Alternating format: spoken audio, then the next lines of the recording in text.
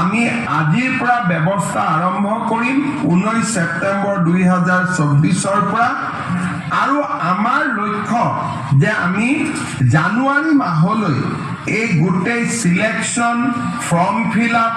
affidavit এই গোটেই কামখিনি আমি সমাপন কৰিব পাৰিম এতিয়া কোনোবাই প্ৰশ্ন কৰিব যে জানুৱাৰীত অৰুণোদয় 3 আহিব তেতিয়ালৈকে বৰ্তমানৰ হিতাধিকাৰীসকলে অৰুণোদয় পাই থাকিবনে নাই যেতিয়ালৈকে নতুন অৰুণোদয় তালিকা নাহে তেতিয়ালৈকে পুৰণা হিতাধিকাৰীসকলে অৰুণোদয় পাই থাকিব তাত কোনো চিন্তা নাই কিন্তু পুৰণা হিতাধিকাৰীসকলেও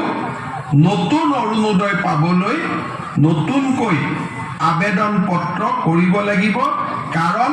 অৰুণোদয় 3 কমপ্লিটলি নতুন হ'ব প্ৰত্যেক সমষ্টিত আগতে 20,000 পৰিয়ালে অৰুণোদয় পাই আছিল এতিয়া আৰু 10,000 পৰিয়ালে পাব